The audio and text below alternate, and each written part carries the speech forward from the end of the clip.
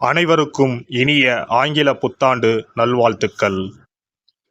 பிறக்கும் இந்த புதிய ஆண்டில் உங்கள் வாழ்வில் மிகுந்த சந்தோஷமும் வளமும் பெற்று புதிய இலக்குகள், புதிய வாய்ப்புகள், புதிய வெற்றிகளுடன் இந்த 2024ஆம் ஆண்டு அமைய எல்லாம் வல்ல இறைவனை வேண்டி விரும்பி கேட்டுக்கொள்கிறேன்.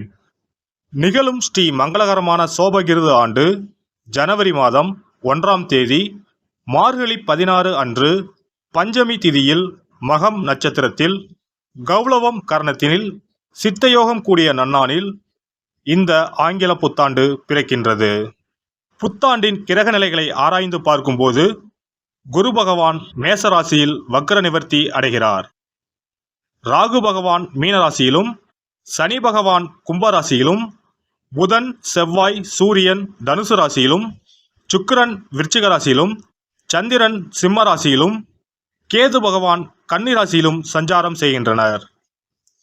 மே 1ஆம் தேதி குரு பகவான் மேச ராசியில் இருந்து ரிஷபராசிக்கு பெயர்ச்சியாகின்றார். அக்டோபர் 9, 2024இல் குரு பகவான் ரிஷபராசியில் வக்ரகதி அடைகின்றார். இதனால் அனைத்து ராசிக்காரர்களுக்கும் யோகம் அடைவார்கள். ஜூலை 29ஆம் தேதி முதல் நவம்பர் 15ஆம் தேதி வரை சனி பகவான் வக்ரகதி அடைந்து பின் நேர்கதி அடைகிறார்.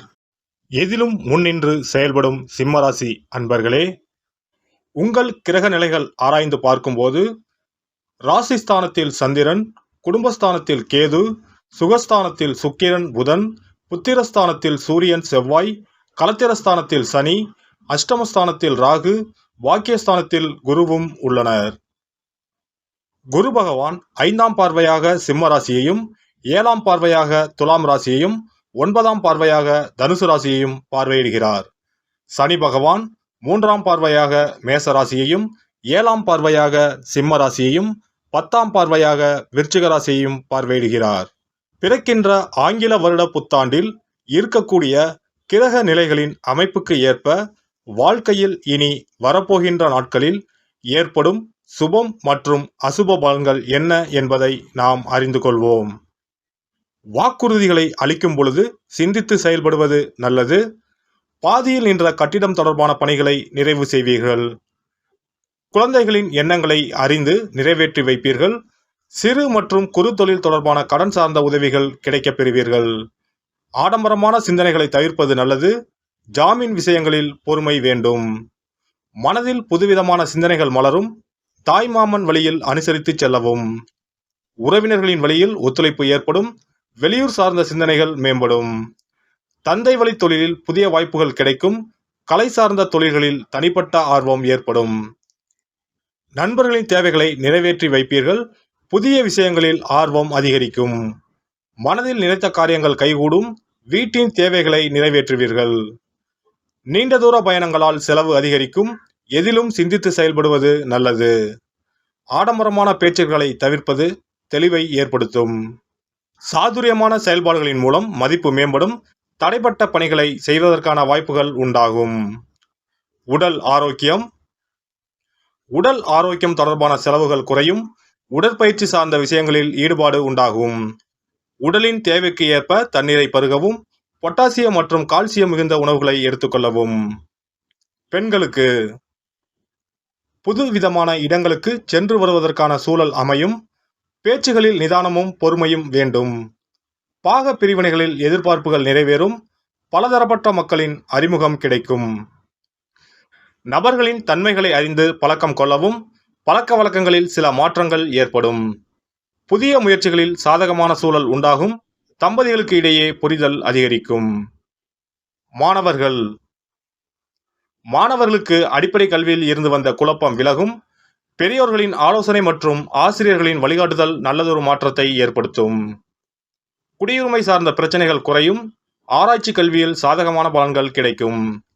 வெளியூர் மற்றும் வெளிநாடு சென்று படிப்பது சார்ந்த எண்ணங்கள் சிலருக்கு கைகூடும்.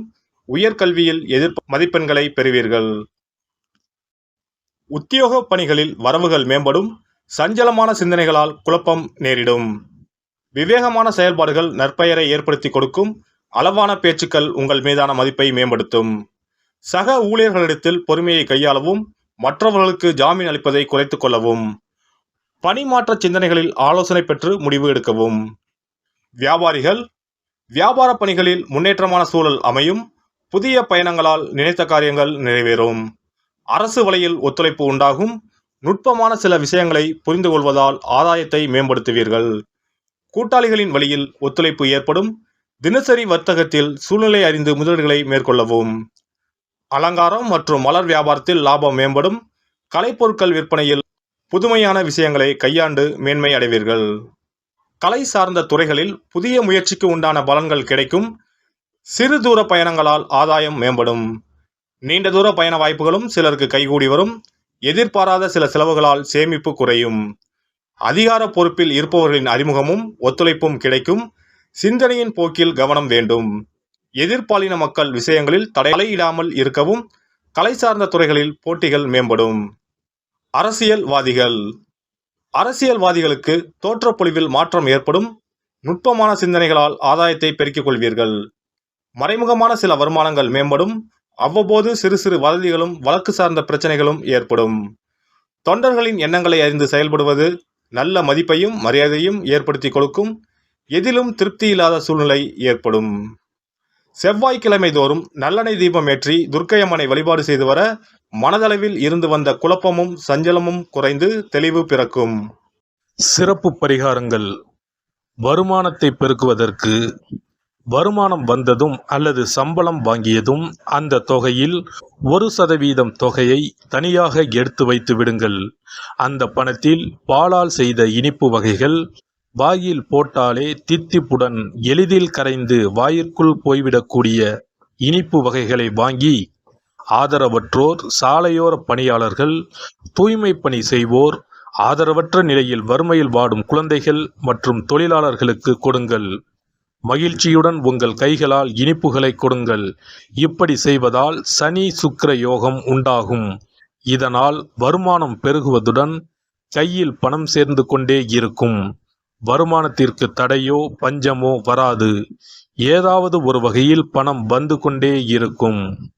இது தவிர மாத சம்பளம் வாங்கியதும் அல்லது கைக்கு வருமானம் வரும்போது ஒவ்வொரு மாதமும் முதல் செலவாக வீட்டிற்கு கல்லுப்பு, ஊறுகாய் போன்றவற்றை வாங்கி வைக்கவும். கல்லுப்பு, ஊறுகாய் போன்றவை மகாலட்சுமிக்கு மிகவும் விருப்பமான ஒன்று. இந்த பொருட்கள் வீட்டில் இருந்தால் மகாலட்சுமியின் அருள் வீட்டில் இருந்து கொண்டே இருக்கும். எந்த காரணத்திற்காகவும் இந்த பொருட்களை தானமாகவோ கடனாகவோ கொடுக்கக்கூடாது.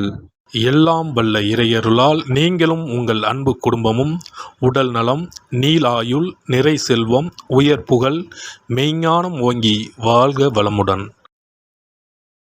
இந்த வீடியோ உங்களுக்கு பிடிச்சிருந்தா லைக் பண்ணுங்க, ஷேர் பண்ணுங்க அண்ட் சப்ஸ்கிரைப் பண்ணுங்க. பக்கத்துல இருக்க பெல் ஐகானை கிளிக் பண்ணுங்க. நன்றி, வணக்கம், வாழ்க வளமுடன்.